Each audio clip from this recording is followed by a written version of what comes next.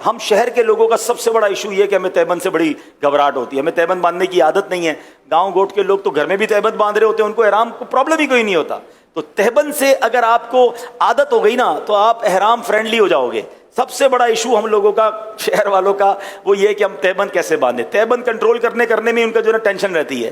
تو ایک بار صحیح طریقے سے آپ یہ احرام کا جو نیچے والا حصہ باندھنے کا ہے، تہبند باندھنے کا طریقہ سیکھ لو، آپ کا حج آسان ہو جائے گا۔ حج قران کرنا ہے نا تب بھی ہو جائے گا، لیکن جب احرام صحیح باندھنا ہو، اب احرام ہی سنبھالتے رہو گے تو دل ہوگا یار کب اترے گا احرام۔ مجھے بڑا بعض اوقات تو عجیب لگتا ہے، لوگ بار بار یہ پوچھتے ہیں احرام اترے گا کب؟ میں نے کہا پہلے روتے تھے احرام پہنوں گا کب، یا اللہ موقع دے میں احرام پہنوں، جیسے ہی احرام پہنا اب ٹینشن یہ اترے گا کب۔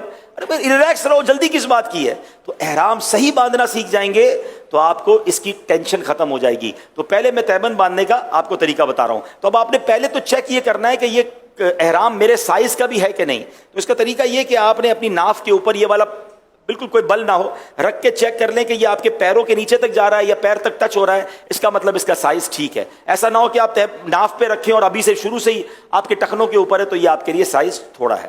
چلے بسم اللہ الرحمن الرحیم۔ اچھا اب کرنا یہ ہے کہ یہ دونوں چادریں آپ نے اس کے کنارے ملا لینے، ٹھیک ہے، اور کوئی اس میں اوپر بل نہ رہے۔ ان دونوں کناروں کو آپ نے ملا لیا۔ اچھا اب اس طرف سے تھوڑا سا اس کو ٹائٹ کر لیں، جتنا ٹائٹ کرنا ہے آپ ٹائٹ کر لیں، ٹھیک ہے۔ اب ان دونوں کو واپس اپنے ہاتھوں سے یہاں پر لے آئیں۔ اب اس کے بعد دوبارہ جو ہے اس کو یہاں لے آئیں، یعنی اس کو فلیپ کر رہے ہیں آپ، ٹھیک ہے نا۔ اور اب آپ کی مرضی ہے ایک بار دو بار، کیونکہ احرام بھی بہتر ہے کہ ٹخنوں سے اوپر ہو، تو پھر تھوڑا اگر بڑا ہے تو 4 بار کر لیں۔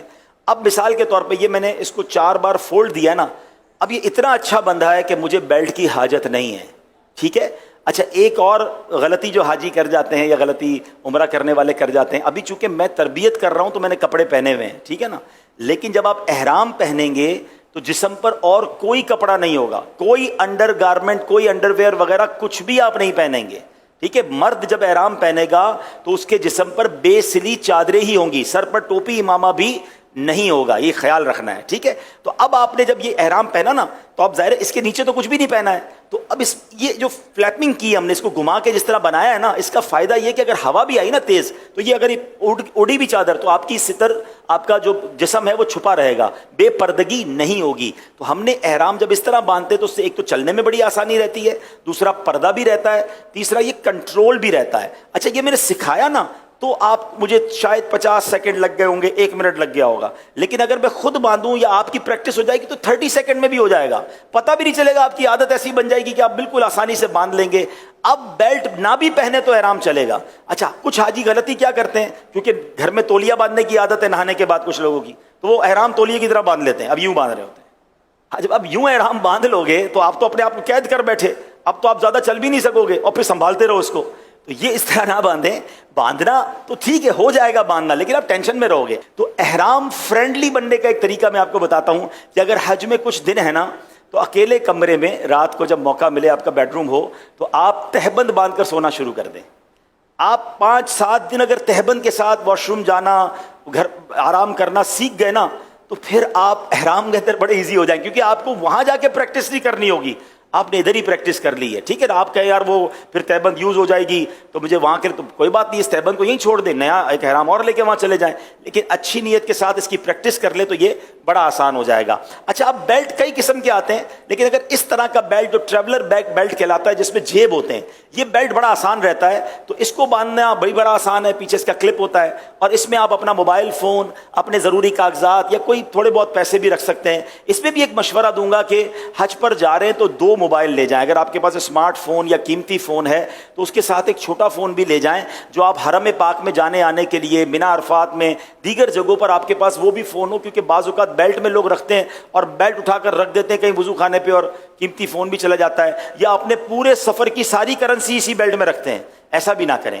اپنی زیادہ پیسے وغیرہ ہیں وہ ہوٹل میں ہی رکھیں، بیگ کے اندر رکھیں. اس میں تو ضرورت کی 25-50-100 ریال رکھ لیے, کچھ کھانے پینے کی ضرورت پڑی. ہاں اپنے ہوٹل کا کارڈ ضرور ڈالیں, اپنے معلم کا کارڈ ضرور ڈالیں, تاکہ خدا نہ خواستہ آپ کے ساتھ کوئی حادثہ ہو جائے تو پتہ چلے کہ آپ کہاں تھے, کس کے معلم کے حاجی ہیں, تو رابطہ کرنا آسان ہو جائے. آپ کے ساتھ بچے اور فیملیز ہوں تو ان کے جیب میں بھی آپ نے ہوٹل کا کارڈ بھی اور معلم کا کارڈ ضرور رکھنا ہے, تاکہ وہ بچھڑ جائیں تو ان کو کوئی اس ایڈریس پر پہنچا سکے. اب یہ اوپر کی چادر جو ہے تولیے کی ہے, اور اس کو بھی آپ نے اسی طرح چیک کر لینا ہے کہ یہ میرے سائز کی ہے کہ نہیں. تو سائز تھوڑا سا اس کا بڑا ہونا چاہیے, تاکہ اس کا فائدہ یہ ہوتا ہے کہ یہ آپ کے نماز وغیرہ میں, رکوع وغیرہ میں آپ کے لیے آسانی رہے. تو اس کو چیک کرنے کا طریقہ یہ کہ یہ ایک بار چکر پورا گھوم کر کم از کم یہاں تک آ جائے. تو یہ جو چادر ہے یہ میرے لیے ٹھیک ہے, میری سائز کے لیے اوکے ہے کہ یہاں تک گھوم کے آ گئی ہے. تو اب جب یہاں تک آ گئی ہے نا, تو اب یہ میں جب رکوع کروں گا نا تو یہ گرے گا نہیں. ورنہ نارملی کیا ہوتا ہے کہ اگر احرام یہی ختم ہو گیا تو جتنی بار آپ نماز پڑھیں گے وہ نیچے آتا رہے گا, پھر آپ اوپر کرتے رہیں گے تو تھوڑا سا کنفیوژن بھی رہتی ہے. تو بہتر یہ کہ احرام اتنا ہو کہ یہاں سے پورا چکر گھوم کر آپ کے یہ والے کاندھے پر یہ دوبارہ آ جائے, تو اب آپ بڑے سکون سے انشاءاللہ احرام پہن لیں گے. تو یہ ہم نے احرام پہن لیا. اچھا, اب اس میں کچھ بے احتیاطی بعض اوقات حاجیوں سے ہو جاتی ہے, چونکہ پریکٹس نہیں ہوتی. اب مثال کے طور پہ آپ نے احرام پہنا ہے اور نماز پڑھ رہے ہیں, تو آپ کہیں گے اللہ اکبر. اب ابھی تو میں نے کرتا پہنا ہے, اگر کرتا نہ پہنا ہوتا تو پیٹ میرا نظر آتا, سینہ نظر آتا. تو جب نماز پڑھتے ہیں تو یہ پورا جسم نظر آ رہا ہوتا ہے, یہ بہتر نہیں ہے.